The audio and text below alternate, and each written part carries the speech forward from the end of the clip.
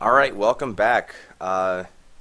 We are doing a discussion on the Democratic National Convention. It was only fitting that after covering the Republican Convention that we do the same for the Democratic Convention. And in all fairness, I must say I watched more of the Democratic Convention than I did the Republican Convention, and it wasn't that I necessarily planned to do that from the start, but I kind of got sucked into this vortex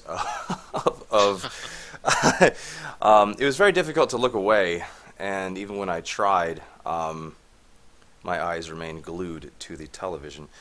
So Right. let's and unfortunately I was not numbing myself through alcohol consumption as I was as I had joked that I would, so it hit me full force. Where should we start? Well, it was essentially outside of the first day, it was an overproduced, almost too slick, just a train wreck of a production. I mean, it lacked grit, it lacked reality, it lacked substance. And like I said, outside of the first day, which you saw some pushback from Bernie Sanders supporters, it was just so manufactured. It was everything was on point, and everything was just manufactured to a T to capture a certain perception, which is the point of a convention, I suppose. But what you lack is something that people can relate to. It's that overproduced film that just lacks any kind of substance or heart. So that is one of the key. I like that you use the word slick because we did have Bill Clinton speaking at this convention. So, That's right. um, it really was over the top, and there were times during the Republican National Convention, namely this, I believe it was the second night when there were a lot of senators speaking, and I didn't watch much of that at all because it felt so establishment that it lost my interest. But that was nothing compared to what happened at the Democratic Right. Convention. I was very unprepared for the level that this was going to go to as far as setting a narrative. Um, Right. It was. It's like basically a summary of Hillary Clinton's campaign, where it's just a situation. It's a focus group driven event where the the first night, for instance, you had zero American flags, but you had Palestinian flags, you had other flags, people were burning the American flag. So it's like, well, they tested it with the audience, and well, that's not good. So the next night they had American flags, and they had less of other flags. And then by the third night, they had so many American oh, I think flags. that was the fourth night actually. I think it was the Probably the fourth. fourth night. Yeah. It's like, in fact, they had so many American flags that the convention was in Philadelphia, Pennsylvania. They had to go to Philadelphia's like city hall and take their flags, which Wow. is it's a true story to use. It's like, well, we need extra flags. It's like so. All it is, it's like the focus group where people sit in a room and they turn the knob to yes they like or no they don't. And as the days went on, it changed. It's like the first night you had Bernie Sanders, you had all these speakers talk about how horrible the economy is and how the wealth gap has gotten larger, and just there's just all this misery. And then it slowly changed. Well, people don't like that, so it slowly Oh, changed is that to too dark? Is that too dark? it's Is that the word? that's too that's too exactly. And by the third and fourth night, everything is sunshine and lollipops. And it's very funny because you mentioned the fabrication of it. Absolutely. I mean, the I didn't take notice that there weren't on the first night. I did not take notice that there were no American flags there. I thought that the set looked sterile. The stage looked sterile. I thought it looked very bland. The whole feel of the convention felt a little bit. I don't want to say it in a derogatory way, but a little bit like dirty or not as crisp as the RNC did. And I identify as an independent. I'm not. I have recently been interested in the Republican Party just because Trump is such a big anti-establishment candidate. So I'm not coming at this from the angle of like hardcore Republican. I just felt that the set was just not as aesthetically pleasing. But as far as the flags were concerned, I didn't happen to notice any. And then it was either day 2 or 3, I guess they put a few flags in the margins on the stage. And then the last night, there were, well, we'll get to that, but it was night and day. So when it opened up the first night, I was very enthusiastic to see so many Bernie supporters had not sold out, because right from the get-go they were chanting down and booing. They could not get the conference started, and it continued pretty much throughout the night, even with the media filters. You could hear in the background people just not, either they weren't focused, they were rambling or talking to themselves, or they were chanting here and there. It was very chaotic, and they had the protests outside. Of course, they had. We found out on day 2 that not only did they have an 8-foot wall that was set several miles back from the convention center to keep protesters out, but they also had a wall right in front of the stage to keep. Right, right. And eventually, once that picture, the famous picture of it got out, they replaced the wall with like a plexiglass clear one. So when the Right. media takes pictures, you don't notice it. But I think it would be beneficial to our listeners to remind them that the start of the convention came on the eve of uh, a series of, or one large information dump from the heroic WikiLeaks Correct. about just troves, thousands, tens of thousands of emails, and then later voicemails from the Democrat National Committee regarding everything from rigging the primary against poor Bernie Sanders to basically collaborate. Well, not basically, they were collaborating with the media. I mean, one reporter from Politico, it was proved that he was sending his stories prior to publishing them, sending his stories to the DNC for review and editing before going out. I mean, everything from DNC staffers referring to minorities, just disparaging terms against minorities, and the Republicans are the racist ones, of course, and just uh, basically using Bernie Sanders' Jewish religion against him, Right. saying that all these the idiots in West Virginia, the bigots in West Virginia wouldn't like him because he's Jewish, so let's use that against him. And it was all headed by the former DNC chairwoman Debbie Wasserman Schultz, who gave a press conference on Monday and was speaking to, she's a congresswoman from Florida, and was speaking to the Florida delegates and was booed to silence. And she was shut down. And so she was forced to resign, and her replacement, the interim chair, what's her name? I forget her name off the top of my head, but she was implicated in the emails as well, as Of far course. as collaborating. And not Oh, only and did she resign, but she was, from my understanding, immediately hired as in another role. Was she not? yes, the Hillary Clinton campaign hired her as a campaign surrogate. I mean, how do you do that? How do you get away with that? Well, I It's think like, the way that people get away with, the way they get away, or the way that they get away with it is because the media won't put the spotlight on it. well, See, that's right. you have to That's be right. paying attention to even know that these things are happening. I mean, who in their right mind would see all this unbiasedly and think that this was an acceptable tactic in politics? And I saw that, I forget which network it was, but um, after she resigned, some commentator or reporter was essentially saying, "Oh well, this really has nothing to do with the convention. She has an election campaign to take care of in Florida, and that's why she's leaving." I mean, That's right. Controlling controlling the narrative, and what the DNC had to do, because the first night as well, the chairwoman for the convention, not the committee, the DNC, but the convention, Marcia Fudge, oddly enough is her name. She she was booed and hissed to silence by Bernie Sanders supporters the first night. She actually Oh had yes. her speech interrupted, had to pause, and over time, by the second night, they mostly got the Sanders supporters either wouldn't let them in, they were stripping them of their credentials.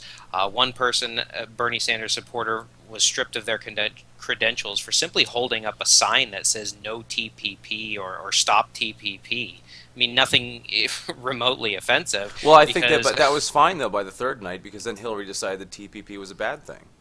oh yeah, she was against it before she was for it. Yeah. Well, funny enough, Terry McAuliffe, the who's a big Clinton person, governor of Virginia, he just well, of course he said no, that's not what I actually meant to say, but he said that as soon as Hillary Clinton is elected, she's going to go back on that because she doesn't really mean being against TPP. I mean, so yeah, it's ridiculous. No, absolutely, and it is amazing to me to look at something like this convention, and I don't know if obviously diehard progressive Democrats are going to vote that way no matter what. I mean, Hillary Clinton could get up there and kill a baby on the stage and they wouldn't care. But the people in the middle, if you're even remotely a critical thinker, you have to be able to see past some of this stuff. I mean, the way the narrative shifted based upon public opinion and what the Trump campaign or the Republican campaign was saying and criticizing, or so-called conservative or right-wing commentators were criticizing the convention on. It was like they were just tuned into their criticism and modifying it wherever they could. Right. It's the focus group convention. It's the focus group campaign. It's wet my finger and go wherever the wind blows. I mean, that's isn't that the stereotype of politicians?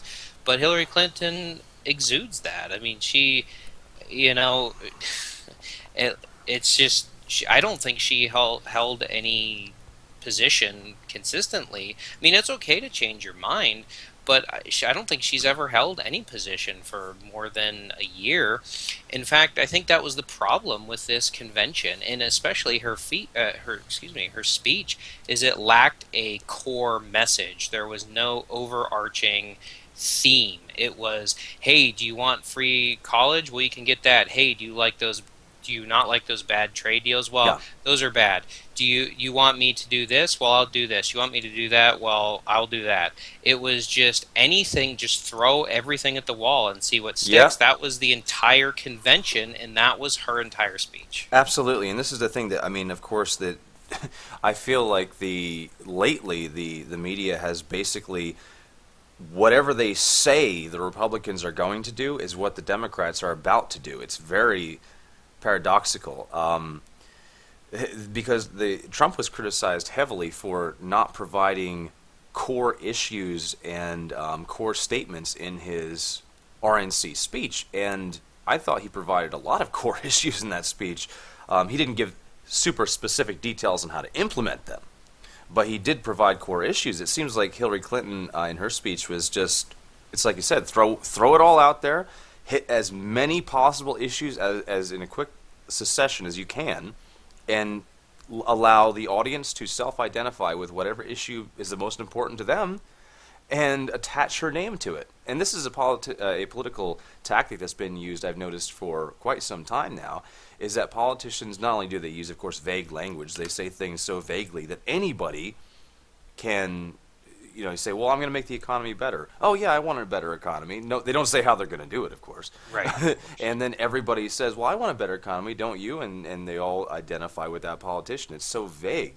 But then also throwing out just a laundry list of issues. And you know that there's definitely some things in there that she does not care about at all, but she's just throwing them out for the keywords. Right, right. And I think it's important to point out is that what exactly, and as I said before, what exactly is her campaign about? I mean, Donald Trump, agree with it or disagree with it, his campaign is about making America great again, and under that is reforming trade deals and make America safe again, which is dealing with terrorism and ISIS in obviously a better way than previous administrations, and also the border.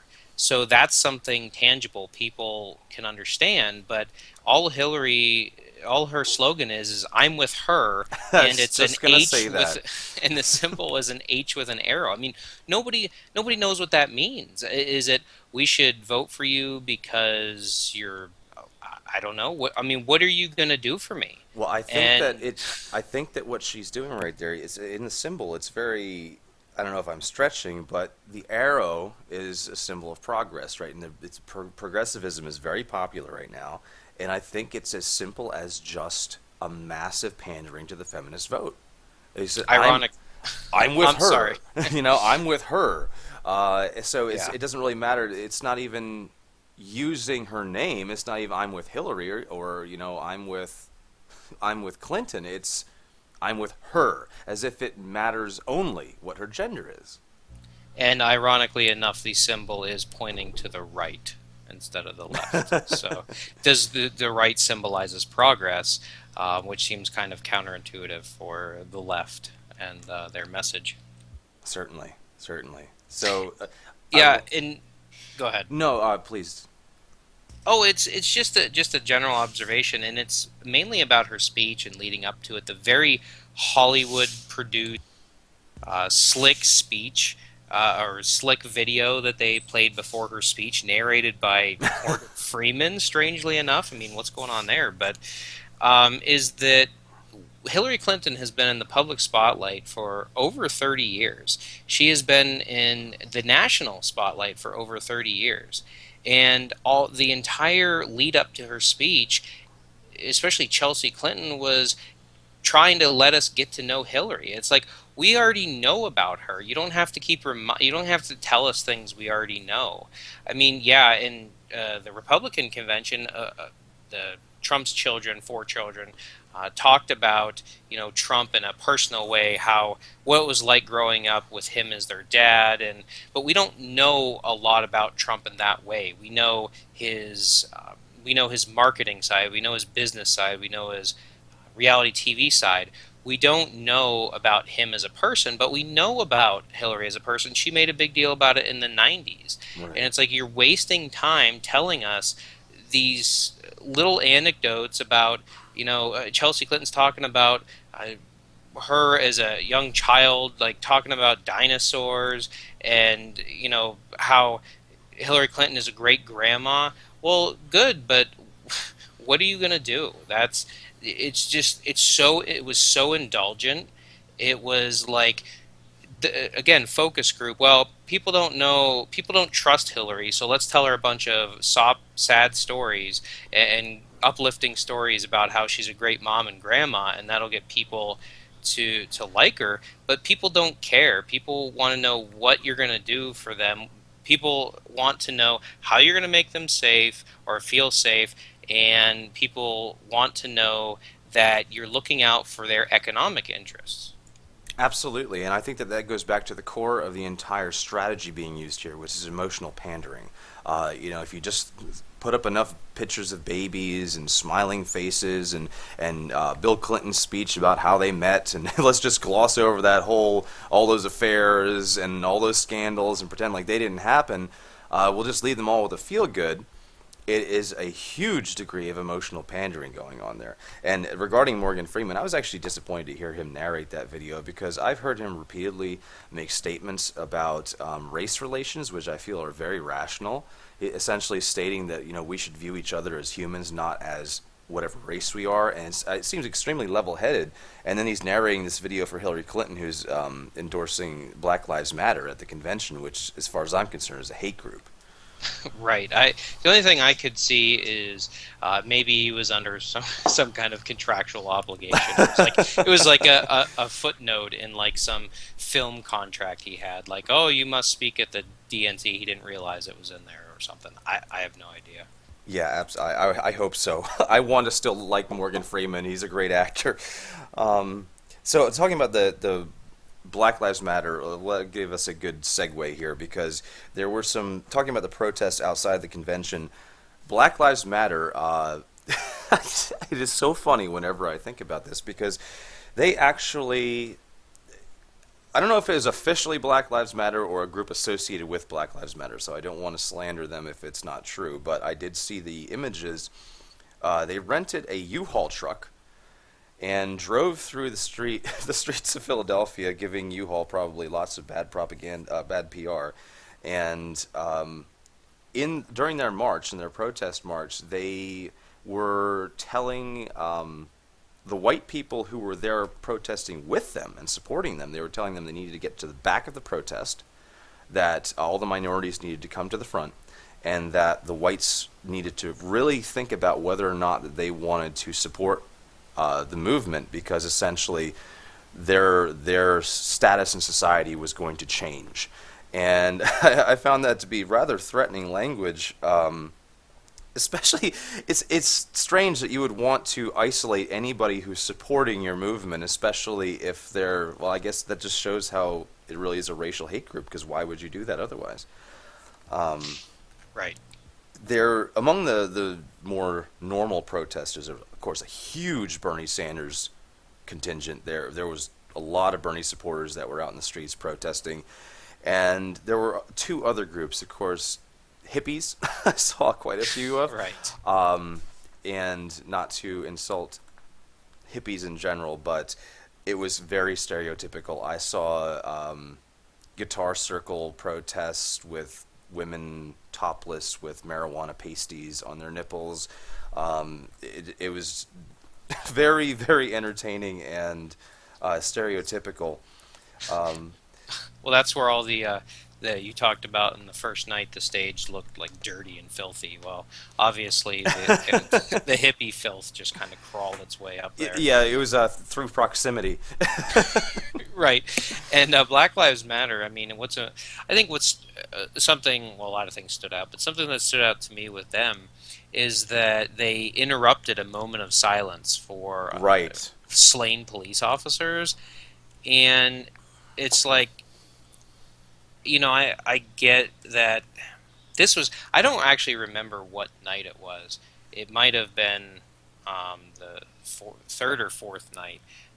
But it's amazing that that the DNC is going to bend over backwards to kick people out simply holding up signs saying stop TPP, but they have no problem with Black Lives Matter going and interrupting. I mean, even if you have your problems with the police, and I certainly do, just the optics of that, it's like I don't know where they got the idea that that would be okay. Well, I think that a lot of these people who are in movements like that are not high-level critical thinkers, and they don't understand the idea of bad PR. It's if you have seen, if anybody's out here who hasn't seen it, I would suggest looking into it. When Milo Yiannopoulos was interrupted at, I forget what the university was, but the Black Lives Matter went up on the stage and just screamed over him for about 20 minutes and threatened him. And I mean, if you understood anything about PR, you wouldn't do that. That's a disaster. But I think they don't understand the ramifications of bad public relations. And interestingly enough, there's another segue here with Black Lives Matter. Those hippies I formerly spoke of, before they went down for their guitar circle, they stopped in the street and were yelling, chanting Black Lives Matter in the direction of a black Philadelphia police officer. And I found that a little paradoxical. Right. But and what was perhaps more unironic, as it is today, the vast majority of them were white. They looked like they were white middle class hippie types. I think I saw one or two black people in the crowd, so it was even more interesting. But the real concern that I found with the protesters, and this is a serious concern, was that there were a large number of protesters waving large, full-sized, red socialist flags. Some of them had communist flags. And they made a large... There were a lot of them in the crowd. It wasn't... sometimes I would see in the Bernie rallies or speeches, there'd be one or two big red socialist flags. There was one I saw, it was a communist flag in the past, but there were quite a number of them during these protests, at least on the first night. And that I found a little disturbing. Oh, absolutely. And you mentioned the white, probably middle class Black Lives Matter supporters. It's amazing that the Black Lives Matter, the black activists in the group, weren't screaming at them for cultural appropriation or Certainly. anything. It's kind of funny how that works. But yeah, the flags. Can you imagine at the RNC if one guy like snuck into the crowd outside and held up like a Nazi flag, and was quickly booted out? The media would take a picture of that and just label the whole convention would have been about everybody's holding up Nazi flags. But people can hold up at the Democrat convention, hold up socialist flags, communist flags. I mean, look what's happening in Venezuela now. If you believe in socialism, I mean, zoo animals are starving to death because they don't have enough food to feed them. I mean, there's forced labor slavery in Venezuela now. I mean, it's crazy that nobody picks up on this. I mean, some of the media reported on the Palestinian flags, diddly do. Let's move on to the next subject. But nobody, as far as I know, reported. Maybe some alternative conservative news outlets, but nobody reported on those flags. Yeah, and absolutely. And anybody who is even remotely a student of history should be concerned because these are the kinds of they looked like a modern equivalent of the kinds of rallies that we saw in the Soviet Union very early on. And that was a total disaster. If you happen to be listening and you don't know what went on in the Soviet Union, I highly recommend that you look into it and try to look into it in some unbiased sources. Upwards of 50 million people killed, and the same thing happened in China, in Red China, in the Cultural Revolution. Around 50 million people killed, and for some reason, when these kinds of associations are made today, they're completely ignored. And you're absolutely right. If somebody brought up a swastika or something like that in a Trump rally, it would be on the front page of every newspaper, magazine. It'd be on every major mainstream news network for weeks. Oh, absolutely. And I don't particularly want to get into this debate, but it just makes you, want to go Google how many lives were destroyed and killed by communism versus, Nazi Germany. But that's a whole other No, discussion. absolutely, and I've already done a lot of research on that. It's somewhere above 100 million in the 20th century alone. But yeah, we could do another discussion about that. So, moving on to a few of the issues, I wrote down several pages of notes whenever they brought up certain issues. I kind of jotted down a few things and categorized them according to the night. So, on the first night, there was a lot of, well, I shouldn't say just the first night, it was throughout the convention. There was a lot of anti-Second Amendment rhetoric. So, statements like, we need to take on the NRA so we can feel safe on the streets. We need to stop these assault weapons. There's a lot of rhetoric about a so-called assault weapons ban that took place on several nights. Did you notice any of that? Yeah, I mean, it's to be expected. That is one of the pet issues for the left, for the Democrat Party, is the NRA, which, as a major gun advocate, I actually don't think the NRA is that good of an organization as far as protecting gun rights, but they're the scapegoat. They're the boogeyman for the Sure. left. But there's a lot of anti-NRA. And, the people who, it was obvious to me that the people who spoke regarding the Second Amendment and weapons, they really don't know the first thing about them and couldn't tell you the parts of them. And, people confuse cartridges and, they interchange different languages and terms for weapons.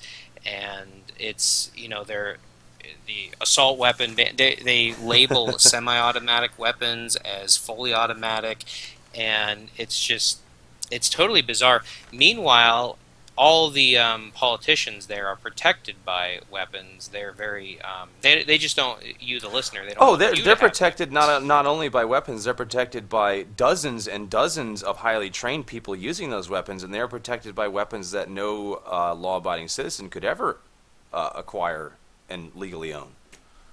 Right, of course. So, and along with that issue, on night three, this was a very bizarre part of the presentation that they were giving. There was a woman who came out whose son, I believe it was her son, died in the Orlando shooting. And the entire time that she was speaking, she had two gentlemen, one on each side of her, well dressed, that were rubbing her, for lack of a better term. Yeah. They were obviously there to appear as though they were consoling her. Why somebody would come out and speak on a stage and have these two strange, unidentified people with her who would just be, holding her hand and rubbing her shoulder through the entire speech is very bizarre. I've never seen anything like that.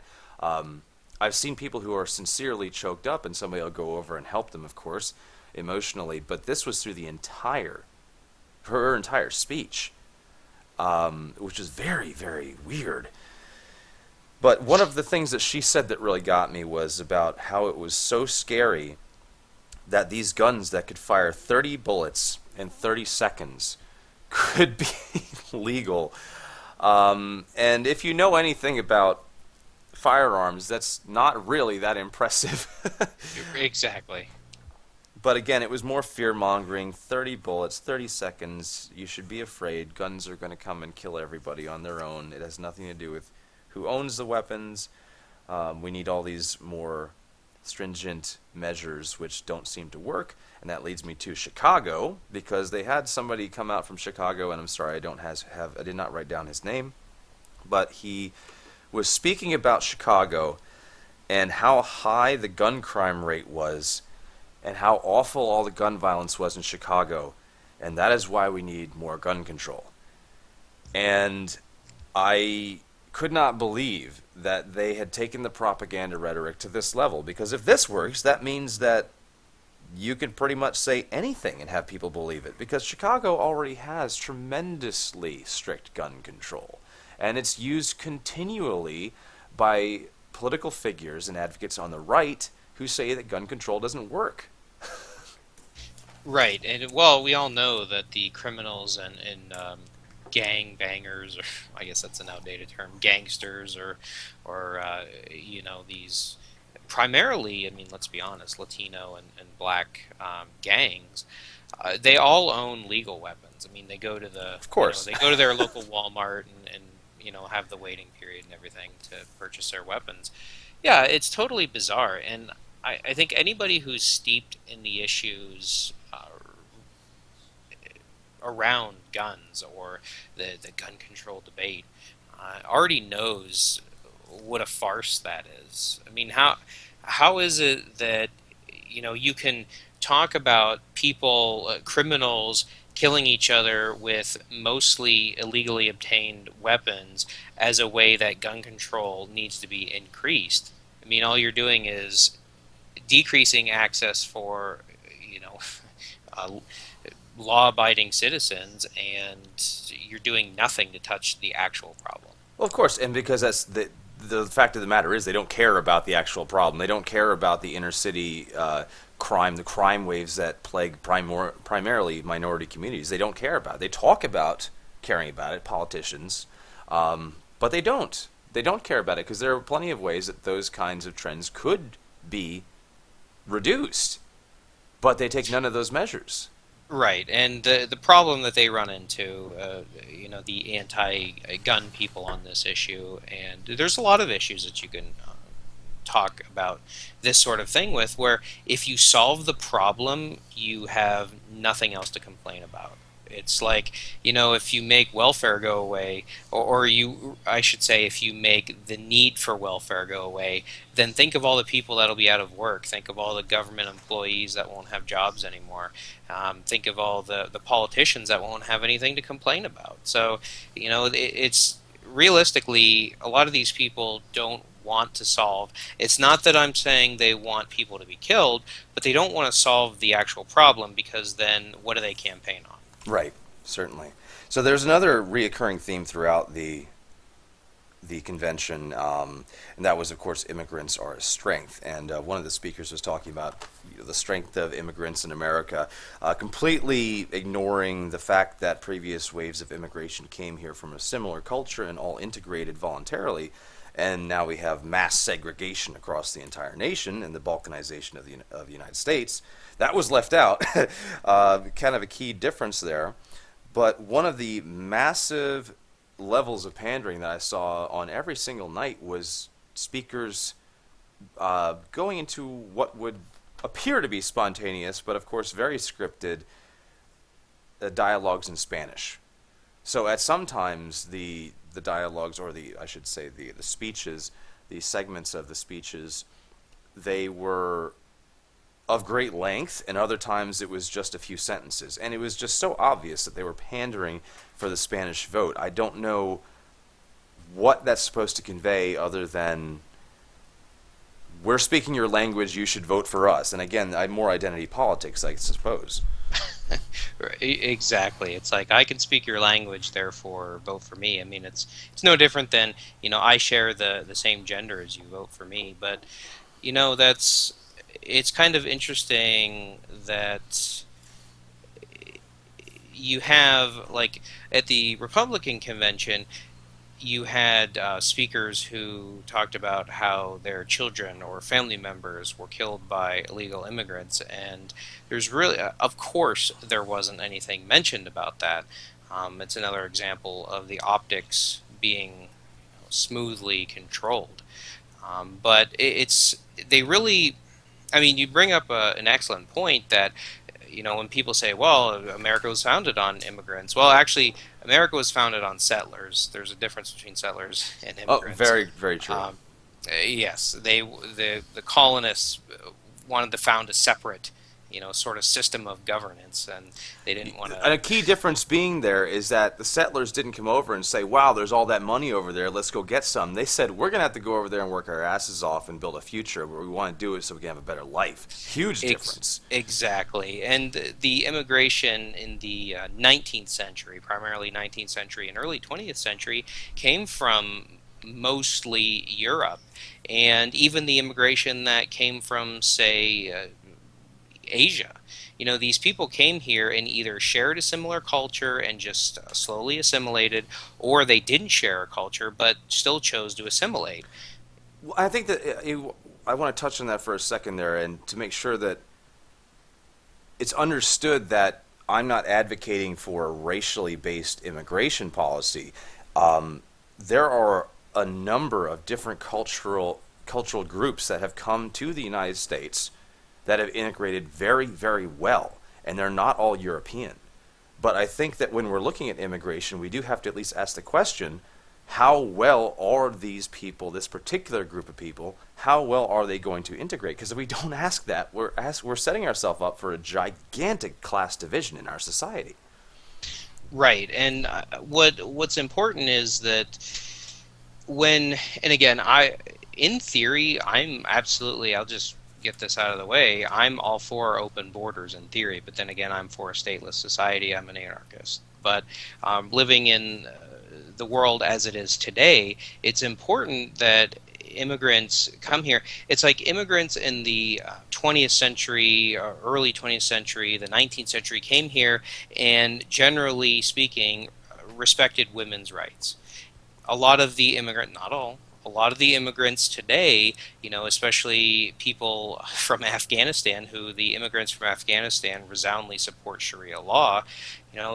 Talk about, I mean, if women's rights is important to you, then you want people who come here to respect women's rights. Because what's going to happen is people come here and the culture, or your issue, whatever it is, children's rights or women's rights, or the respect and civility for gay people, or the LGBTQ community. I mean, that's not what a lot of these, again, not all, but a lot of these people are coming here are not for that. So you have to think, is that the kind of people that you want living next to you? If do you want the person living next to you thinking that that your wife shouldn't be allowed to leave the house by herself? I mean, if you do and you don't mind that, then that's one thing. But a lot of people need to realize is it's not, and the speakers made no differentiation between any kind of immigration, but it's not blanket immigration. That's they wanted to paint the Trump as just against any kind of immigration. That's not the case.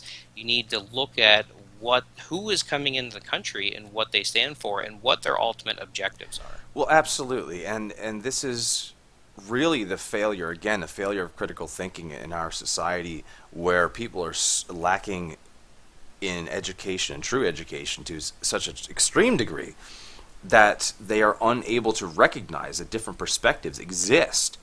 I mean, we have radically different. It seems as though a lot of the people today seem to think as though some of the worst hardships that could possibly be imagined exist right here in our society, and if we could just be more inclusive to everyone, they would all just go away and everybody would love one another. And it's absurd. It's absolutely absurd. There are major cultural powers in the world that have at the very top of their priorities to absolutely destroy everything that we would associate with liberal freedom. And it is absolutely antithetical to the lifestyles that a lot of these people lead, to think that you can have these people come in mass into our communities and not fundamentally take those freedoms away. Right, and of course, one of Trump's big talking points is not necessarily immigration as a whole, but it's the refugee program, which has been, I mean, the United States has had a refugee program for some time, but he's talking about refugee program where these people are just coming in waves, and like he said, there's no vetting process, there's no checking, you know, yes, so why are you coming here? I mean, even the FBI said, or this in the CIA said that there's no way to know, and the fact that it's probable that ISIS is coming in through these refugee programs. And I just would like to ask if there's any supporter of the refugee program. I would encourage you to go spend a couple months living in a refugee camp and tell me how it goes, and then tell me that you still support that, because these people are, there's a lot of peaceful, innocent people who, there's probably a lot that do want to be here for a better life, and I'm not disparaging everybody that comes over here, but there's a lot of people that we don't know, and you want to, I mean, apparently Democrats just, or at least the Democrat Party, not just any registered Democrat, just want anybody, would just want a free for all. Hey, just come over here and do your own thing, vote for us, and just have your life paid for through the taxpayers. Apparently, And a lot of Republicans do too. So we oh, should mention that. The Republican establishment, absolutely, Yeah. and I do want. Go ahead. I was going to say, I mean, one of the reason why we can't, it shouldn't be a surprise to anybody as to why they say we can't vet these refugees coming in, because to vet them, you'd have to be able to have a mind scanner. I mean, if you're going to, we're talking about being able to measure somebody's intent to do us harm. Unless you can read minds, there's no way to determine that. So obviously, there's no way to vet them. Another thing, there's been several studies that have indicated that if you really wanted to help refugees, the best possible way to do it would be to provide safe zones in the area of where they are culturally comfortable and geographically comfortable, and the money would go volumes further in actually helping refugees if we did it there. And that, incidentally, Right. is actually what Trump has suggested to do. And I knew about that before he suggested that, but it is, if you really wanted to help them, and I think that goes back to, again, it's a lot of pandering for votes, allowing everybody in. Right, and I have a crazy, harebrained idea. It just might work. But if you want to, if you're concerned about the refugees, then you don't want to cause massive political and military instability in their country, so there won't be a need to come over. And we should ask Obama and Clinton about the Syrian refugees who probably would rather have liked to live there, obviously not including the ones with harmful intentions towards the US. They probably would have been more comfortable there. But when the Obama administration, with the support of Hillary Clinton, is on both sides of the Civil War, funding both sides, arming both sides, and probably arming ISIS. Actually, WikiLeaks just released another set of information that shows Hillary Clinton was involved in arming ISIS. So, if you care, the listeners out there care about these Syrian refugees, well, let's not make them refugees in the first place. But, axis of evil, chemical weapons, don't That's cross the right. red line. That's right. Yeah, that whole debacle in Syria, we could talk about that another time. So going back to the immigrants at the convention, or not the immigrants at the convention, but the topic of immigration.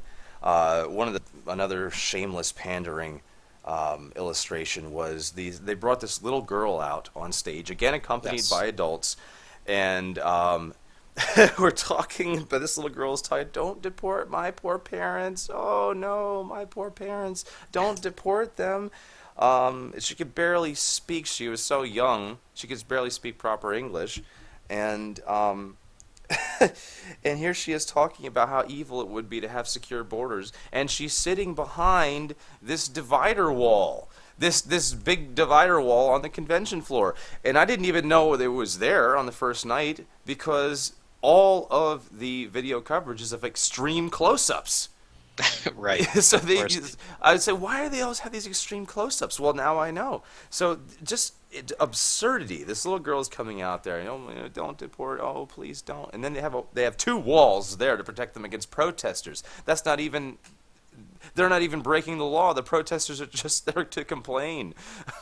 Right. Well, of course, but only Donald Trump is running a campaign of fear. I mean, that's, Well, yeah, Trump is a Nazi. That was another clear message that we got out of the DNC, right? I mean, there's very clear.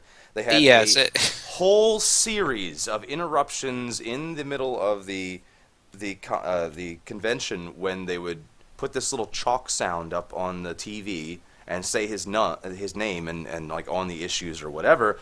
And then they would slander him and attack him and take quotes out of context, and everybody would boo.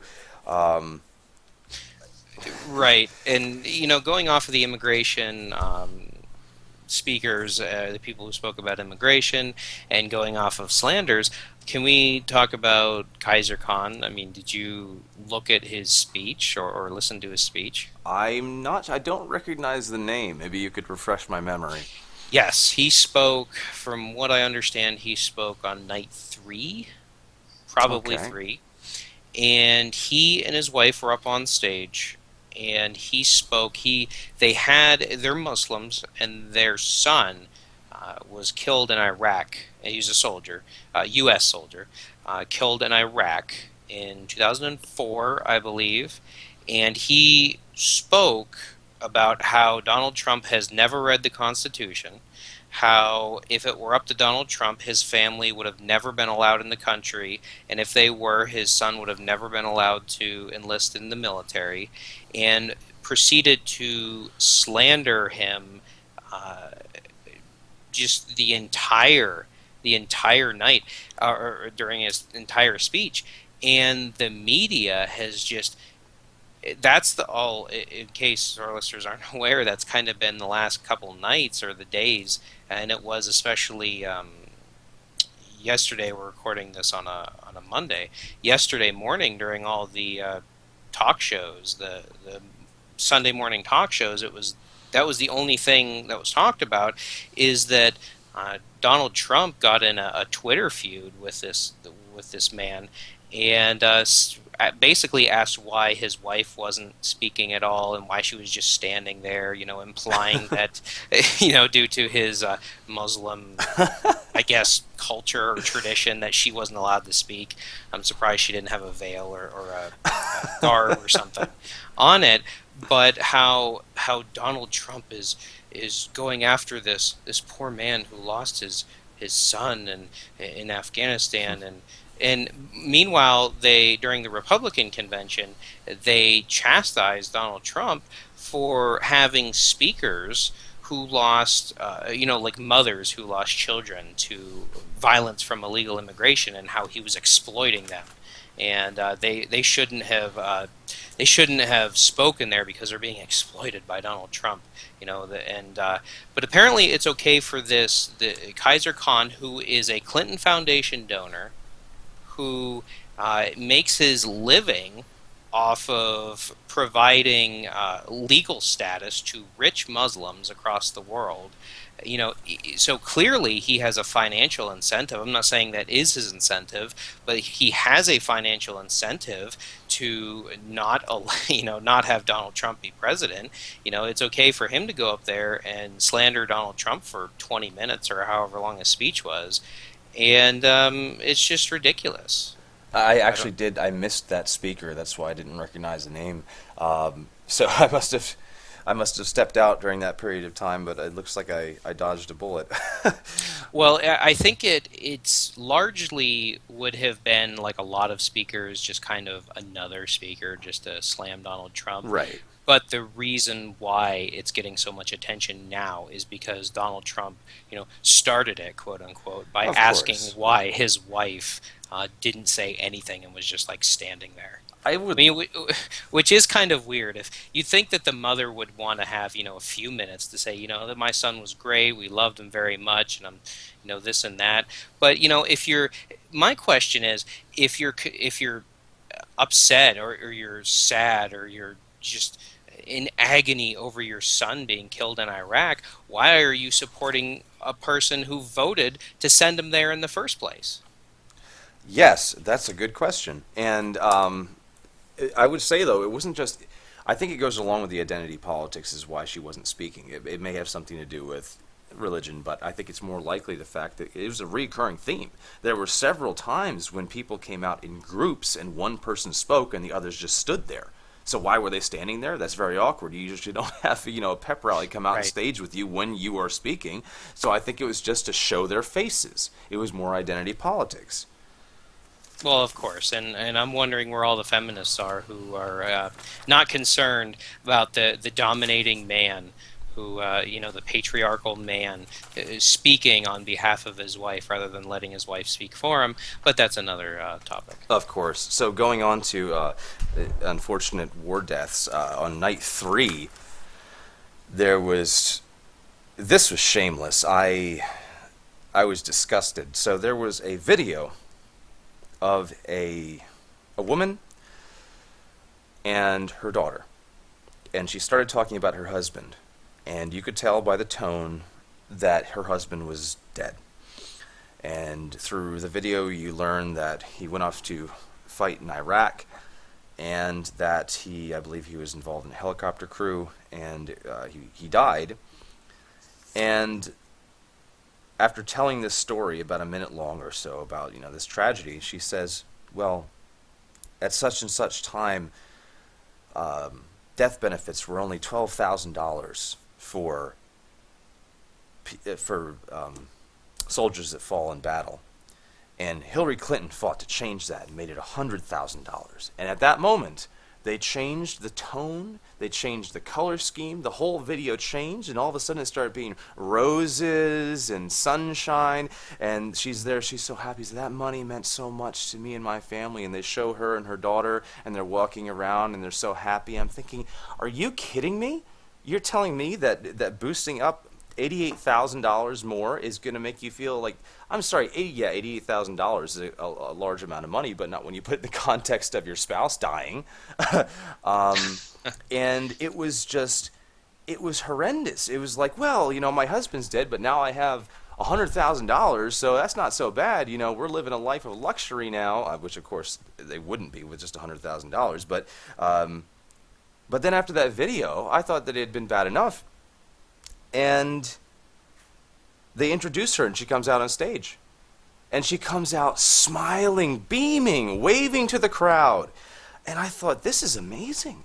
I mean, what kind of heartless people are watching this so they can actually think that this is an appropriate emotional reaction? I don't care if it was 12 or 13 years ago. If that's a true tragedy, you don't have that kind of a public display. You have humility. You have sobriety, and it was very very disturbing to me. Aside from the fact that if she really cared about her husband's life, why would she be advocating a candidate like Hillary, who has supported and continues to support pointless wars all over the world? And I'm sorry, when was her husband killed? It was Was it in the Iraq War. so early 2000s? Yeah, I believe it was 2003. Okay. Well, there you go. That's the lesson for all you young ladies out there where you marry a soldier. It's a good investment because Hillary Clinton will Jeez. pay you dividends in the future. And don't forget that males are disposable and are only there to serve at your beck and call and die for you so you can live in a life of luxury. And not even luxury. I mean, seriously, that's not that much money. You'd think it would be, but it's really not. And I mean, how insulting is that to all of the veterans and the families who have lost? I can imagine a wife sitting at home with her daughter, with her husband is dead in the same war, and thinking, "Gee, I wish I could spend $100,000 to have my husband back." I just it boggles the mind how this would be an acceptable route of persuasion. Oh, absolutely. And it's kind of amazing that you know, see, in the early 2000s, there was this history lesson for you kids out there. There was this thing called the anti-war left, and they were very much opposed to the nation building, just the horrible, destructive wars of George W. Bush, that Hillary Clinton also supported. And the anti-war left magically disappeared in 2008 when Obama was elected. And at this point, we see the anti-war left has now been replaced by a left that supports war as long as their candidate is doing the war and will fawn over anybody associated with war and such as poor. I don't. I feel bad for anybody who's lost a loved one. I don't care what their politics are or who they support. It's a horrible tragedy. But clearly, the anti-war left has has pretty much disappeared and has been replaced by an anti-war right that's being stoked by Donald Trump. Yeah, it is really remarkable. I wouldn't say they're necessarily completely an anti-war right, but they're against pointless wars. Um, Right. When I say anti-war, I'm anti. In today's day, when pretty much every war is pointless, exactly. then anti-war is, yeah, it's an anti. I mean, hey, I will go ahead and label Trump an anti-war person simply because he wants to actually be friends with Russia instead of start World War Absolutely. III. Absolutely. That is one of the key issues that persuaded me to start looking into Trump was the fact that he was one of the few candidates who was not escalating war rhetoric with Russia. I think is absolutely asinine. But going back to what you're saying, I mean, it's funny how, yes, these wars that were Republican wars, then as soon as the administration changes, well, now they're just wars. Some of them are the same wars. I mean, it's like, could you be any more Orwellian? I mean, are we at war with Eurasia or Southeast Asia today? Who knows? Just put it in the paper and they'll all eat it up. Exactly, exactly, and it's kind of it's I would almost like to see, in some twisted way, a Hillary Clinton presidency because that Oh, would don't be say it. the I don't want to get a headache. that would be the final nail in the coffin of any anti-war sentiment from the left because Hillary has made it clear that she will start a war with anybody at any time, has zero judgment when it comes to that, and the Democrats. The Democrat establishment and the hardcore Democrats, not your sort of middle of the road, just old Union Democrat, are eating it up. Absolutely. I'm just going to quickly wrap up the points for night one here so we don't get too sidetracked. A few other things that I found interesting from night one. Uh, One was this narrative of not allowing the Republicans to strip our voting rights away. And the only thing that I can think of that that would be in reference to is the fact that they have allowed a loophole in certain areas that will allow illegals to vote in this election. So it seems that they're advocating for the right of illegals to vote in the election, which is, I don't know, from a rational perspective, I think that's kind of ridiculous. But now we have these world citizens, and there's no borders anywhere, and George Soros is funding all these protesters. So I guess this is a new way of thinking. Yeah, the only thing outside of that that I can think of that they were referencing, but again, everybody's so vague and nondescript. I mean, who knows what they can be talking about? But the only other thing I could think of would be voter ID laws, which are a big controversy. Where you must basically, for anybody not familiar, a lot of states have passed or are trying to pass or have passed and have been struck down by courts voter ID laws that says when you go to vote, you show your government, ID, whether it's a passport or driver's license, something to indicate that you are who you are, and you're not voting twice. You're not voting for somebody else. And it's vehemently opposed by the Democrat Party as being racist because apparently black people or Latinos, I don't know, don't have IDs or can't afford IDs, or it's racist because they won't be able to vote 9 times in an election. I'm not sure, but that would be my guess is what they're talking. It could be another thing of what they're talking about. And that could totally be the case, but I would love to know what kind of a person can function in our society in the United States without some form of ID.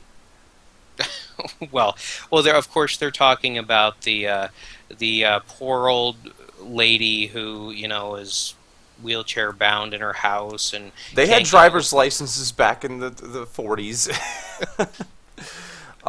It's madness. I mean, I'm not.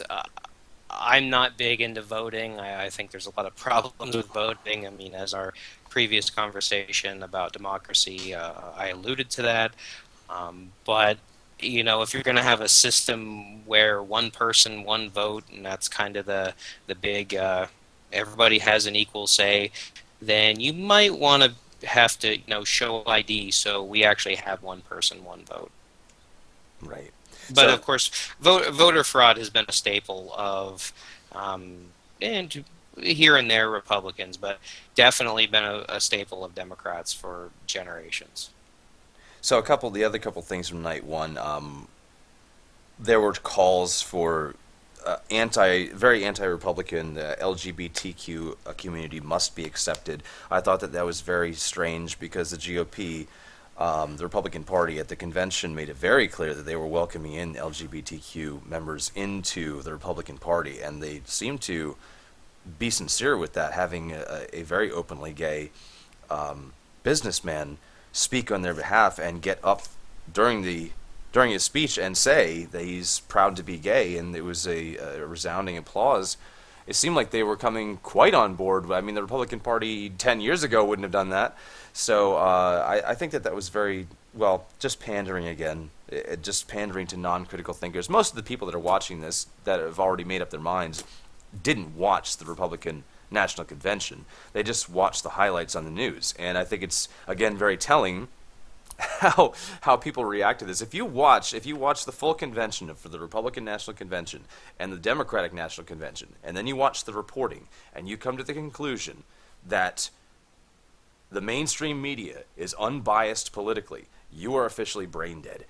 And there is no way that you can conclude that the reporting was unbiased, because it is amazing how everything has been skewed. The other thing I'll note, just for the entire convention, there were just so many awkward, stupid videos they threw in there where they were trying to be really funny and fell completely flat. I don't know who would laugh at some of these. Some of these videos were designed for the humor level of maybe an 11 or a 12-year-old. It was just really pathetic to see how bad some of the jokes were. So going off of that, isn't that the stereotype of the left and the right, where the right is just all they can do is just stoke people's fears on talk radio, but they're not funny. All the left has all the funny, the Jewish comedians and the Jon Stewarts and everybody who's funny. They're always on the left. Well, the only funny thing in the entire 4 days was maybe a couple lines here and there from Al Franken, who used to Oh God. who who basically did a Saturday Night Live bit. I mean, yeah, sure, I giggled here or there. I mean, the guy is totally insane, but he had some funny bits. But I have to say, Tim Kaine, the Hillary's bizarre pick for vice president on what was it, night 3, spoke, and he did the worst impersonation of Donald Trump. He tried to do like a Donald Trump voice, and it was the worst impersonation I have ever seen in my life. And during that whole bit, if you want to call it that, he kept saying, well, here's something funny, guys. It's almost like you tell a joke and you're like, ta-da, and you're waiting for a response and you're like nudging them, like winking at them. Wasn't that funny, guys? Hey, wasn't that funny? Yeah. I mean, it's terrible.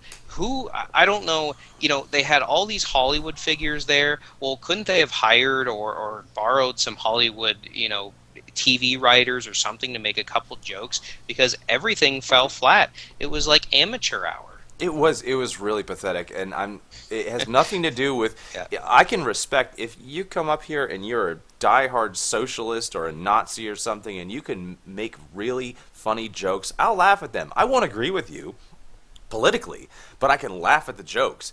Nothing was funny at this convention. It was horrible. It was absolutely horrible. I mean, Sarah Silverman and Al Franken together were like the absolute bottom of the barrel. It was pathetic watching them try to work the crowd. I mean, they were getting interrupted by Bernie supporters, and Silverman finally said she was supporting Bernie, and to the Sanders supporters, you're being so rude right now, and then they were told to stretch out their little bit up there because I guess they were getting somebody ready behind stage, and they just kind of rambled to each other. It was pathetic. Nothing they said was remotely funny. It was almost like the Jeb Bush moment, please clap now. It was just horrible watching. I don't know how either one of them have careers, honestly. I was I was waiting for the giant like vaudeville hook to come out of the curtain and just pull him off the stage. It was terrible.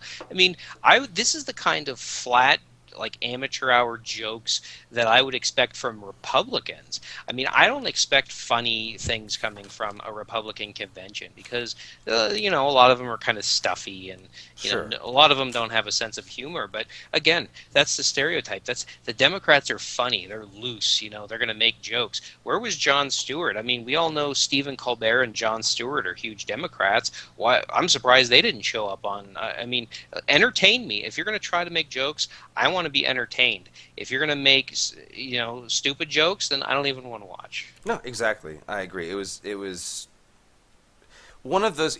Even if somebody you don't like, when you watch them on stage and they're making an ass of themselves, and you're like, oh, you could just feel the embarrassment. It was one of those moments. I felt embarrassed for Tim Kaine.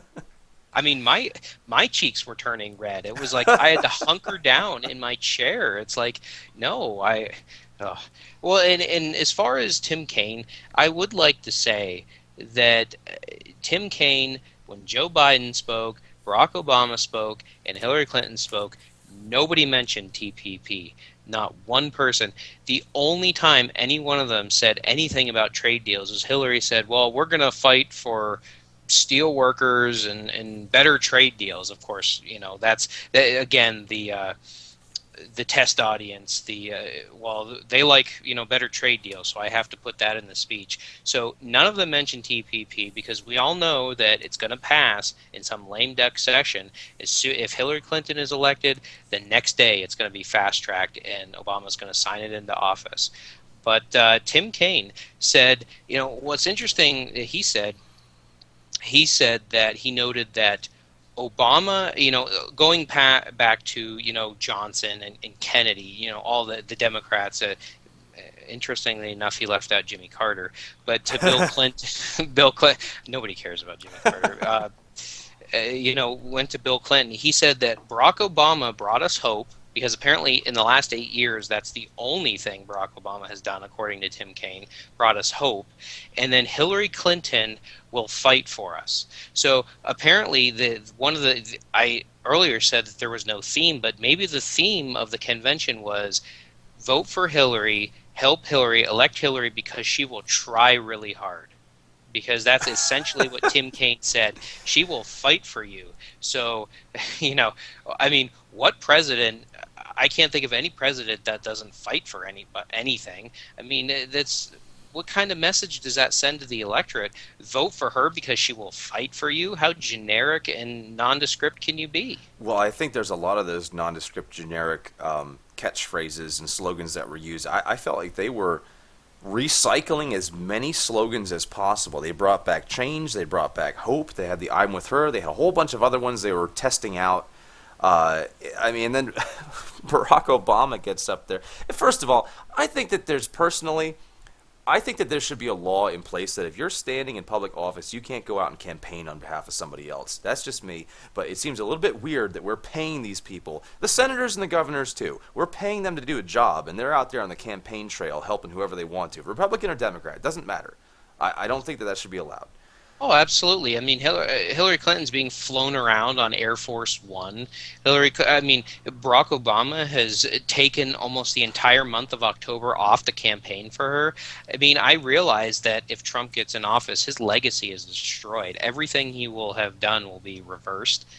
But, I'm paying, basically, again, this is another problem with democracy in general. I'm paying an elected official that allegedly represents me to do the opposite of what I want to do, whether I like it or not. Yeah, absolutely. I thought that they were testing out so many different slogans. I thought that it was another one of the low points of just how far that they were going to go to pander was when Barack Obama said that Hillary was more qualified than he was and that Bill Clinton was for the job of the presidency. There was nothing given to qualify that or to quantify it. There was no evidence given for that. It was just a blanket statement thrown out there, and the crowd goes wild. Well, let's not forget that both Michelle Obama and Barack Obama in 2008 said several times over that Hillary Clinton is nowhere near qualified to be president and is a liar, Certainly. a pathological liar. And but apparently now, after 8 years, apparently Hillary Clinton is more qualified. I mean, how do you work that in your? I mean, I don't understand. Well, and that's one of the reasons that I respect Trump as a candidate, is because he has called out liars and corrupt people on both sides of the aisle, and that is something that I haven't seen the Democrats do at all this election. Oh, absolutely. And I do want to point out that during Obama's speech, first of all, Obama has had nothing in the past 20 years but hate and spite for Ronald Reagan. But Obama gives a speech and basically praises Ronald Reagan, of course, for some reason. Hillary Clinton is praising Ronald Reagan, and which is totally bizarre. But I do want to point out that oftentimes during the convention, the Democrats were pointing to establishment Republicans like John Kasich and David Brooks and all these never Trumpers. They were using clips from them to attack Trump, like, oh, well, clearly Trump isn't good because even members of his own party don't like him. But how old? Like, I don't understand who advises these people, because the reason why people like Trump is because he's an anti-establishment figure. And if you think you're going to gain votes by attacking Trump with establishment figures from Trump's own party, that's why people voted for him. That's why he won the primary. I mean, how delusional can you be to think that that's actually going to affect anything? Certainly, absolutely. So going on to I'm going to get through some of these notes on night two. Governor Casey was speaking, being interviewed at one point. Senator Casey, Senator Casey, and he was speaking about how America, talking about trade and industrialization, and he was talking about how America still made all these great products, And then he listed a few things. He said, well, we still make pots and pans. There's a company that makes pots and pans, and he said where it was, somewhere in the United States. And then he said, well, and there's this other company that makes plastic toys. And well, that is two. We have pots and pans and plastic toys. That doesn't sound very impressive so far. And then the third thing that he listed that the United States still produces is robotics students. I didn't know robotics students was something that you manufactured and exported. I thought that people that were going to college were learning a trade so that they could go into maybe manufacturing and robotics. But that's an entirely different story, right? Because when you're in school, you're not producing anything. No. You manufacture robots to be put at the Democratic National Well, Convention. certainly. I guess I had to mention that because it was just such one of those filler segments that was just so absurd. In the same night, then we started hearing about going again with trade issues. We heard a lot of. Actually, it was in one of those really stupid videos that they were playing. Trump on the issues, and here we go. And it was another video that had all these stupid jokes in it. It really was like when you mentioned about how the Republicans have been typecast as the type to use very flat humor, to use outdated humor. That's exactly what it was. So much of this humor was like, hey, don't be a square, nudge, nudge. And it was so outdated and weird sounding. I felt like the whole convention was put together by interns. But the thing was they were talking about how Trump says he wants to put an end to outsourcing or offshoring jobs. Well, here you go. Trump, he's not anything like you think. Look at this. His ties are made in this country. His shirts are made in that country. Whoa, he's a big hypocrite. And at first, if you're a non-critical thinker, again, that will seem like a good argument. But I present this case. So when you have outsourcing or offshoring in a particular industry, that whole industry is affected. You don't have just one company doing it. Because if one company does it, they instantly have reduced the price of their products dramatically. And if all the other companies that still have their brand manufacturing within the United States or whatever country it may be, if they want to be able to even stay afloat, they need to take any measures they can to reduce their costs. So they inevitably, most of the time, unless they can find a niche market and make something highly specialized, if they want to compete in that same market, they have to eventually offshore and outsource certain elements of production to other countries. It is kind of a domino effect. It's very sad because it draws the whole market down. So this is what I would like the listener to consider, if you think that's a good argument against Trump. Trump is advocating for imposing tariffs on imports where there are trade imbalances. Now, he intends, if he takes the executive office, he intends to have his children run his company. If he imposes tariffs on imports, that means that his company, that his children will be taking over, will have lower profit margins. So he is willing to gouge into the profits of his own companies and his legacy to stop this. And that's something that nobody's bringing up. Right. And first of all, I can't criticize Trump for having products made in other countries because I'm all for free trade. I'm not for crony trade. I'm not for managed trade. I'm not for these, just anti-free trade deals. So I'm not going to criticize him. I mean, whatever works for his company. I mean, that's a great thing about capitalism and the free market. But I do want to point out that Trump's vice presidential pick, Governor Mike Pence of Indiana, gave an interview recently, and he mentioned that when Carrier, which the air conditioner manufacturer, moved production to Mexico, I believe it was Mexico, he asked the CEOs, hey, why are you doing this? And they said, well, we can't compete. We can't stay afloat here because of regulations and taxes. We have to move production out to out of the United States in order to stay in business. So it's totally talk about hypocritical for the Democrats to support all of these regulations and taxation schemes against businesses, to then criticize businesses for going overseas to stay afloat and get away from these regulations and tax schemes. I mean, that's what's hypocritical. Certainly, and I don't know what the plan is never specified, but with the United States with the third highest tax rate, corporate tax rate in the world, I don't know what the Democratic plan exactly is. Nationalize industry and make everything government owned, because you're not going to incentivize business to come back if you're using the current platform as Hillary Clinton wants to, which is to keep corporate taxes, from my understanding, exactly where they are, and the entire tax code pretty much exactly where it is, from my understanding, unless that's changed in the past couple months. You're not going to incentivize anybody to come back if you're charging 35% tax rate.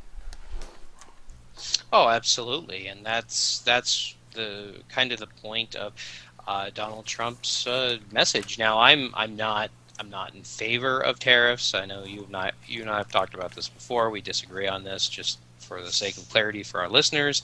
But I don't really see Donald Trump as being a hypocrite, because one of the things he says is all the regulations and taxation is driving companies overseas, and that's what he wants to fight. Right, absolutely. So wrapping up with night two, a few other highlights or lowlights. I don't know. Lena Dunham came out and talked. She spread a whole bunch of lies about Trump. There were a number of celebrities. There's a celebrity slideshow. Some of the things you could say, well, they weren't all lies. A few things were issues that some people might take offense to or they might disagree with, and that's fine. That's why we have the political process. But there were a lot of lies being told, and it was quite disturbing to see that. To being the focus away from the issues and more on slander. So, of course, Lena Dunham is a very controversial person in herself. If you don't know anything about that, you should look up her background. And I thought it was very telling to see that she was invited to speak at the convention. Hillary will expand women's rights around the world. That was a great line. I love it. So does that mean she's going to expand them to Saudi Arabia?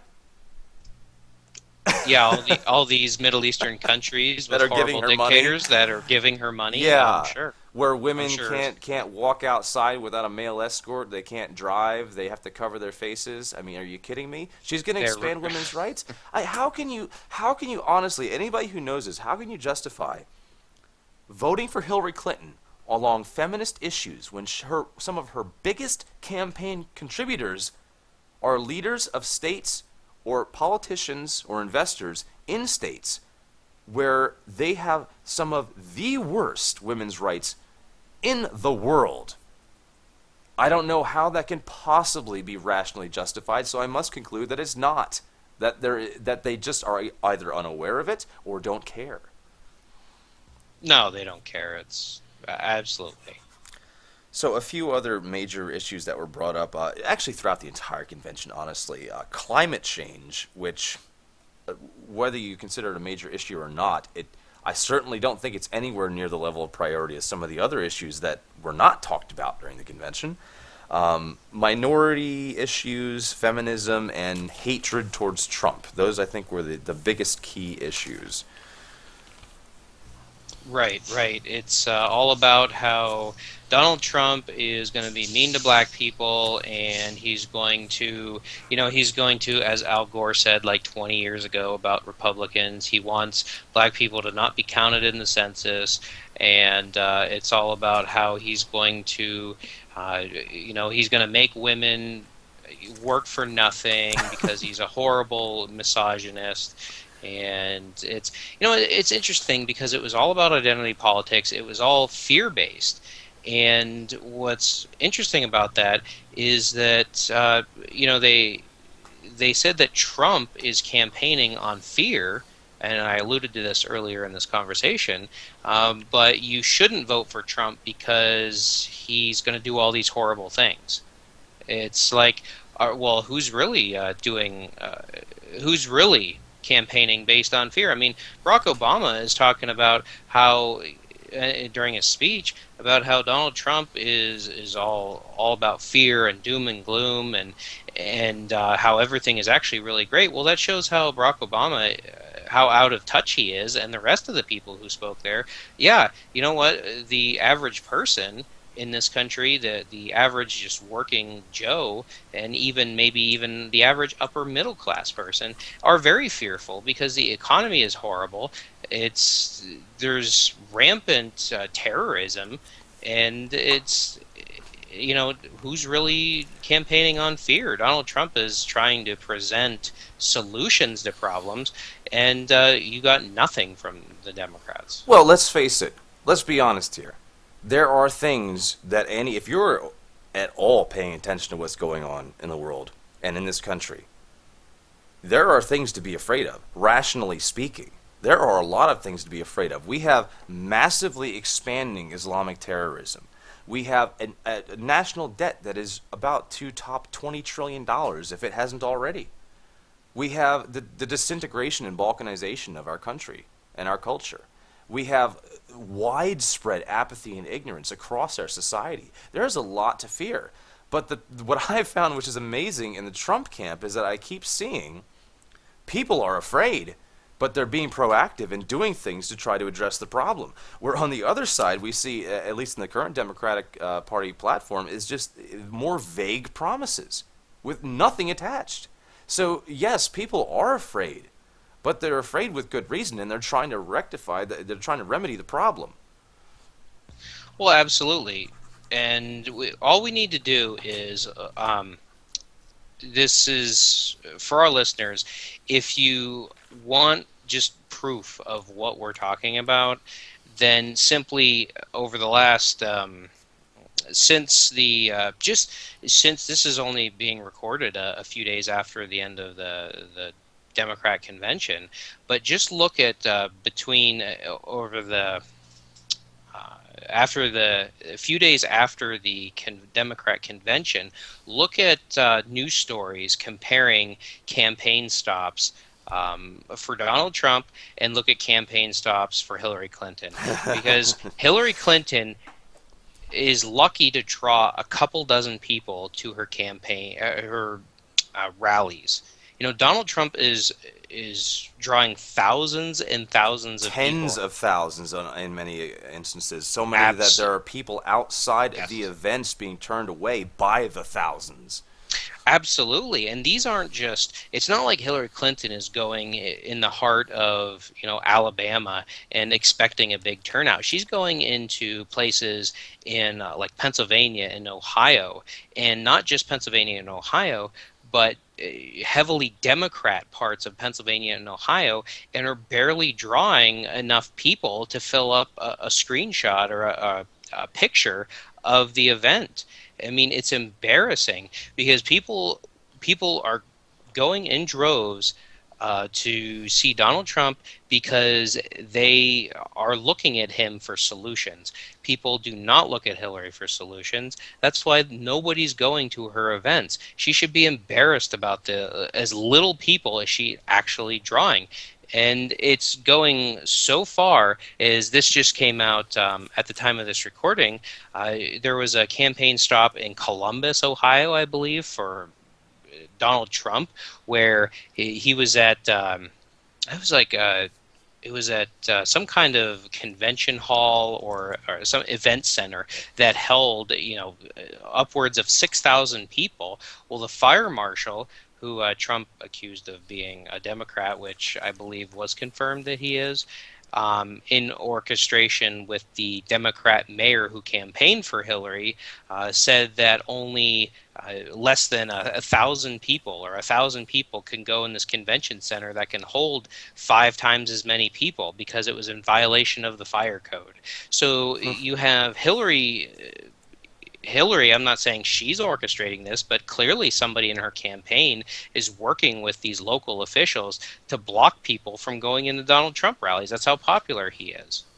Yeah, that's very interesting. And I think that, especially now, we've really hit the mile marker for intensity, and it's going to get much more intense from here on out. I think that as the election really ramps up, we're going to see some amazing corruption and manipulation.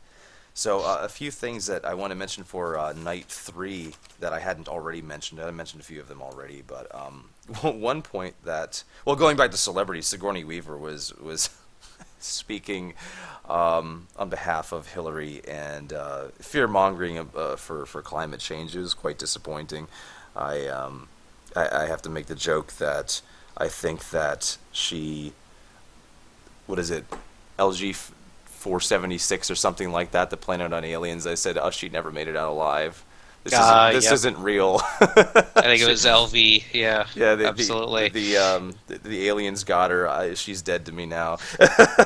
Oh, absolutely. And it's interesting, the whole climate change thing. I don't have too much to say about it, but I do find it interesting that recently Joe Biden, Vice President Joe Biden, oh no, I'm sorry, it was Secretary of State John Kerry said that air conditioning and refrigerators Yes. are more of a global threat than ISIS and terrorism, and and clearly that view is shared among the global warming or global cooling or global volcano or whatever it is that they call it now.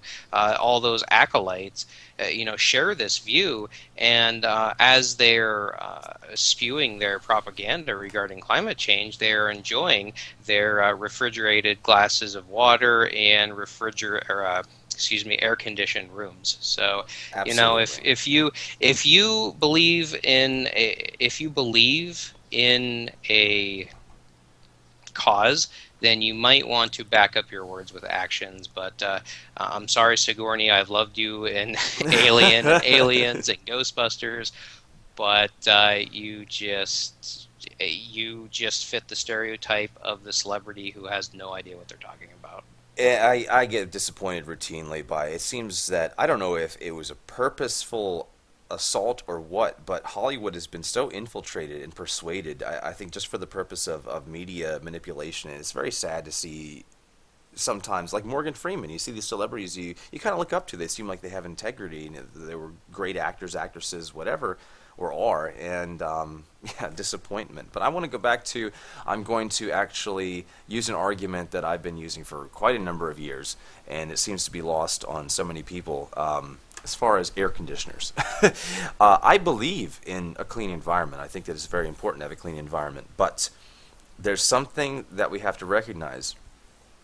If we allow our national security to deteriorate to the point where we are inescapably going to be fighting some massive war, whether it's with the Islamic State or anyone else, the environment won't matter anymore.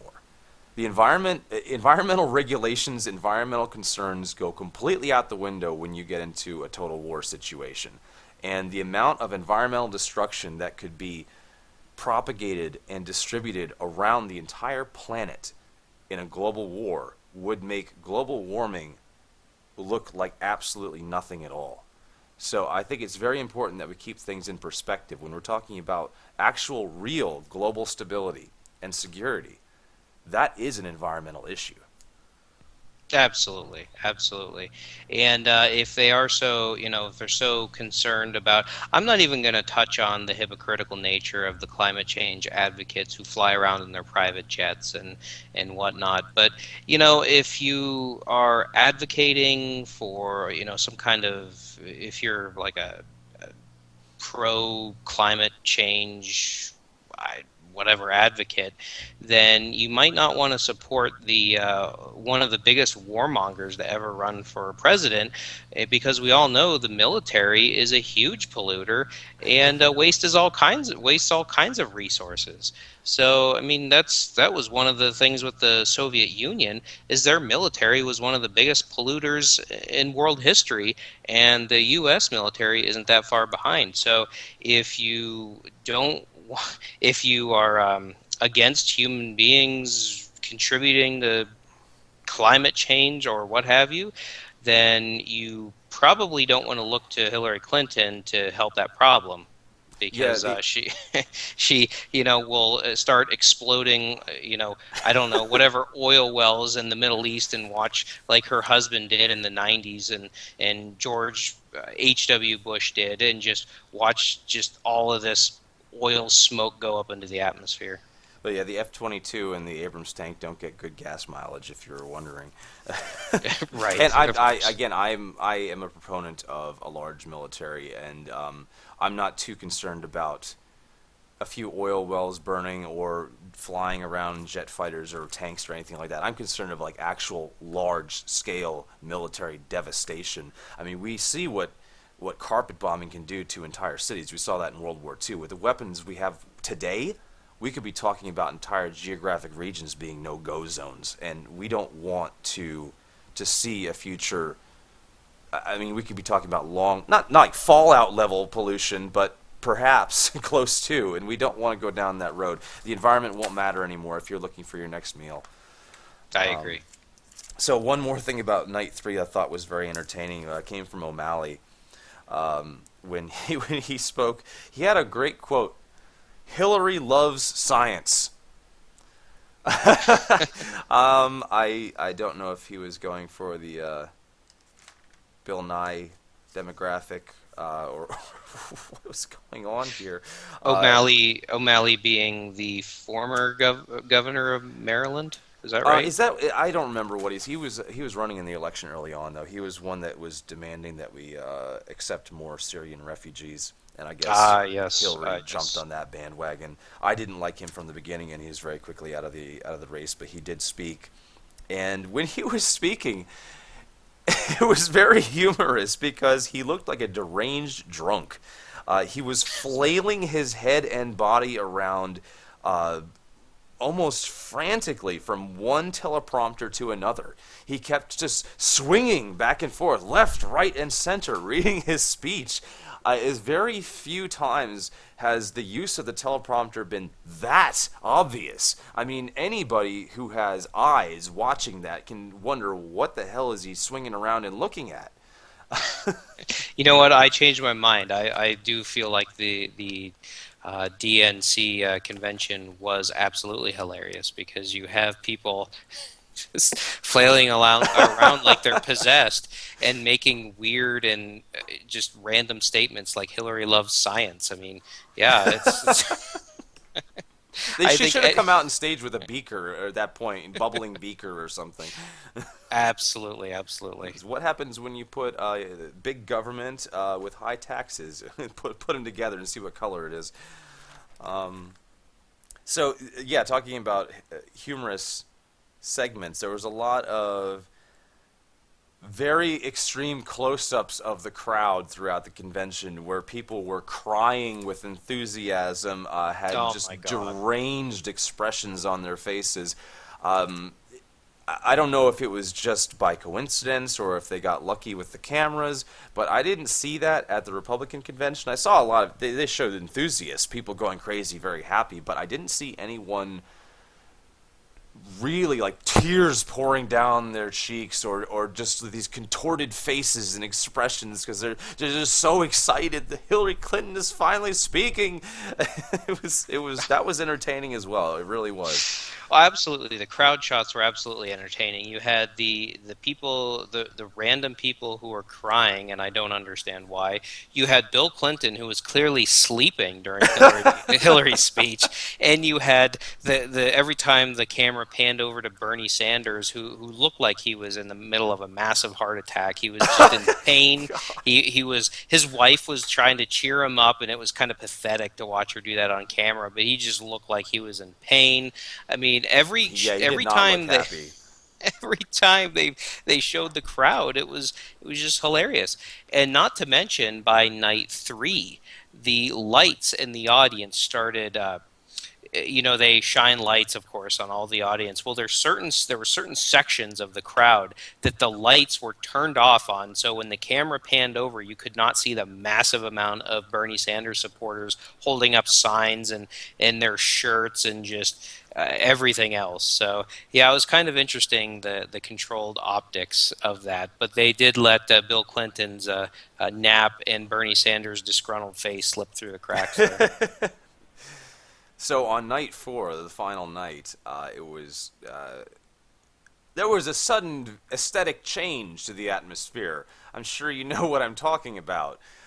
We went from the no flags to a couple flags to everybody in the entire audience has a flag. There are dozens of full-size banner flags swinging vigorously back and forth all over the crowd. There are stars and stripes imagery, star and stripes imagery being used in the videos. They had to have just handed out huge numbers of flags to the crowds. I mean, even Katy Perry's mic was covered in the stars and stripes. It was shameless. It was absolutely shameless. For anybody who didn't know about the controversy, they would have thought, wow, what a spontaneous eruption of patriotism. But it wasn't. It was all orchestrated. It had to have been, because the 3 previous nights there was nothing like that at all. It was absolutely embarrassing, and for our audience that are drivers, it's like if you can imagine you're driving down the road, and maybe you drift a little too far off onto the side of the road, and to course correct, you jerk your wheel to back onto the road, but maybe you're going too far on the other side of the road. That's exactly what this was like. It was an over course correction in one direction. I mean, it was. You never saw anything like that at any Republican convention, even the most patriotic or nationalistic. I mean, George W. Bush, John McCain. It was nothing ever like this. Frankly, it was embarrassing, because especially when Hillary was done speaking, and the camera was just on all the balloons flying everywhere, and the weird, and after they were done. Okay, Okay. sorry, we cut out there for a second. Continue. Yeah, absolutely. So at the end of Hillary's speech, when all the confetti was flying, and the balloons were going around, flying around, and Hillary and Bill were making weird, unusual faces at the balloons, they showed they panned over to the emptying seats in the crowd, in the stands, and there were pile upon pile of just these discarded flags everywhere. I mean, it was just all a production. Yeah, I mean, if I was a Hillary supporter, and the people who are crying because they were so happy, I would want as many souvenirs as I wanted from that. But no, everybody just tossed them aside, because it's like, wow, the camera's off of us. We don't have to hold these stupid things anymore. Yeah, I saw a Georgia, I think he was a delegate after on C-SPAN. He had a whole fistful of flags. I don't know if he was picking them up or if he was one that was distributing them earlier, but it was very bizarre. Yeah, I've never seen any display of that many flags before. It's just so over the top. Make sure every single person has a flag, and they know to swing it when we press the red button, and it lights up or whatever. It was so obviously orchestrated. And then they had some kind of a card trick that I think it had a slogan on it or something, that they were supposed to all hold their cards up after Hillary speaks. I still don't know what it said. I don't think they were coordinated enough to do it properly, even though they were given very explicit instructions. But yes, I won't even go into Hillary's speech, because basically the entire thing was throwing out as many possible quick hit issues as you can and try to see what the net gathers. And I'm not sure if... I almost wonder if they're trying so hard at this point that they're going to lose people, because people are going to, in the margins in the center, the intelligent people in the center are going to see that all it is pandering. There's no substance, because it was just a hit and run speech of just everything that I can possibly say as quickly as possible. I mean, absolutely. I mean, let's put aside the fact that she had a weird lipstick stain on her teeth. Let's put aside the fact that she had to clear her throat over 20 times, and clearly the DNC manufactured applause during which she had to clear her throat because she's obviously ill of some kind, and I think that everybody knows that by now. But yeah, there was absolutely, putting aside that, there was no substance. There was nothing. There was just generic issues. This is, I suppose, we're coming full circle back to the beginning of this conversation, but there was just empty rhetoric. It was, hey, all of these issues tested good with my focus group, so I'm gonna say them and just continue to throw red meat at my core following, but I'm not going to offer the average American, the average voter, the average Democrat, even anything of substance that would affect them in their life. Yeah, absolutely. And I thought it was also very interesting that um, Hillary and a number of other speakers were pandering, of course, pandering very hard to get the Sanders voters under the Democratic platform, considering that Sanders had already left the Democratic Party before the convention was over. Absolutely, absolutely. And that was an amazing, after I said that I lost so much respect for Sanders for selling out to Hillary, I take some of that back because that was a slap in the face for him to do that during the convention. Absolutely, and I've prior to this campaign season, I didn't have any respect for Bernie Sanders for multiple reasons. Um, During the campaign season, I actually gained a little bit of respect for him because he wasn't going to quit, and he was the only person challenging Hillary Clinton's coronation, planned coronation for the being the nominee. But the fact that all of these WikiLeaks emails confirmed what we all knew, that he was never going to get the nomination because the DNC was plotting against him. The fact that he can sit there and still, and at his speech the first night, not say anything about that and just go along like business as usual. It's like, what do you actually stand for? Yeah, absolutely, and I still do. I haven't been a Sanders supporter. I have mixed feelings at this point of how much respect I have for him or don't have for him, but I do think that at least him pulling out of the party during the convention was at least his way of making some kind of a statement.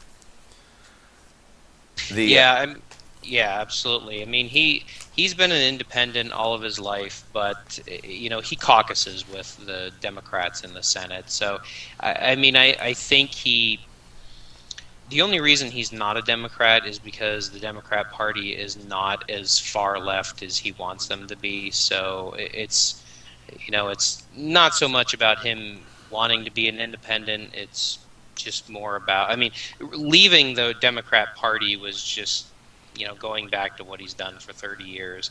It wasn't so much a statement like some people, I think, make it out to be. But I can appreciate the fact that he didn't wait until the convention was over to actually leave the party. Right, certainly. So the final capstone of pandering for as many possible vague demographics as can be was the closing prayer, which opened with, "O God of many names." It was the most vague interfaith. I understand that this is one of the main platforms of the Democratic Party is to embrace every possible religion, well, except for conventional Christianity, which can never be accepted. But it just was really a bit absurd. If for anybody that was watching it from the perspective of the right or the center, I think it just seemed like a circus. The whole thing just played like a circus, right down to the very end when they release the balloons and Bill Clinton goes mad like a little toddler in a playpen, which I will, if you have not seen, I will link to some of the images taken of him in the description. That is most entertaining. Absolutely. So, is there anything else we should mention? Of course, there's a lot we didn't mention here. This is just a very, impromptu, non-scripted discussion about the highlights. So, is there anything else that you thought you wanted to mention about this? I think we've covered the basis pretty well. I won't bore our audience any longer. Yes, I do apologize for this going so long. If you've made it this long, um, Yeah, but absolutely. I mean, let us know what you think of the conversation. Let us know if you want us to do longer ones or if you like the shorter ones, or give us a thumbs up. yeah, absolutely. So I have a question for you though. Before we take off, one last thing. I asked you this after the RNC coverage video, and that is, where does the Hillary campaign go from here? Well, they're absolutely going to go nowhere. That's where they're going to go. I mean, let's be honest. It's unless this is Trump's election to lose. He needs to stay on message, and if he stays on message, there's nothing the Clinton campaign can do against him, because identity politics is that's what she's campaigning on. It's not going to work. People see through identity politics for the first time. I think in a national election, people are seeing through identity politics, and I do want to point out that the LA Times, the ultra conservative LA Times, their polling has shown, I mean, through the month of July, she has only led Donald Trump nationally one day. And of course, she's going to get a little convention bump, just like Trump did. But she's not, she has nowhere to go. I mean, Trump hasn't hit his ceiling yet. Hillary has. And if Trump just, I keep talking about Trump, even though this is about Hillary, but that's the point. I mean, Well, this it is, is. again, It is. It's all an anti-Trump campaign, so it is about Trump. absolutely. So the only thing, I mean, I'm not obviously advising Hillary Clinton. I wouldn't I wouldn't uh, subject myself to that job. But the only thing she can do is run a traditional campaign, and this would be my advice to her: is run a traditional campaign the way Democrats have always done it for the past so many decades, and just hope that it works, because you have no idea how to combat him. I don't think anybody does. Republicans don't, Democrats don't. Over time, if Trump wins, they might get a little bit smarter when they go against him when he's up for re-election, but nobody knows how to deal with it. So the only thing you could do is stay within your comfort zone and just hope for the best. But unfortunately, unless Trump has a major screw up, it's just not going to be good enough. Well, I think that is fortunately. I don't want to see Hillary Clinton in office. Absolutely. I would agree with that. I think that, and the real reason for this is that Trump is such an unconventional candidate. He is speaking with what seems to be great sincerity. I mean, in his rallies, he doesn't use a teleprompter. He barely uses notes. He barely uses notes. He just speaks, and that resonates with people. It's very much just throwing wrench after wrench into the machine, the political machine and the media machine. It's been amazing to just watch it unfold, and I would be, if it were not Trump, if it were somebody else, I'd be equally happy. The machine has been so corrupt for so long that it is refreshing to see them struggle so hard to for Hillary's campaign or any other career establishment politicians. I was very happy to see the same thing happen to a lot of Republican candidates when Trump went against them, and it should be very interesting to see how this plays out in the coming months. But I think that the going forward, Hillary's campaign is going to be just keep hammering away on identity politics, keep hammering away on hate Trump. He's a evil racist neo-Nazi, and I think that we're going to see probably a few unknown desperate tactics. Right. As the election cycle comes to an end, and it's clear that either she is still polling tied with him in swing states, or he's polling ahead, they're going to pull out all the stops. It's just going to be ridiculous. It might even be the most ridiculous campaign in the history of the country. And there's been a lot of ridiculous campaigns. So yeah, I mean, Hillary Clinton has everything she attacks him on. She can be attacked for the exact same thing. So the only thing she has is identity of politics. That's the only thing she can do. That's the only thing she will do, and we'll see if it works or not. All right. Well, thank you. If you made it this long, this is the longest video to date. And don't worry, we will, now that the conventions are over, we will go back to some regularly scheduled programming pretty soon here. But I do thank you if you made it this far for listening.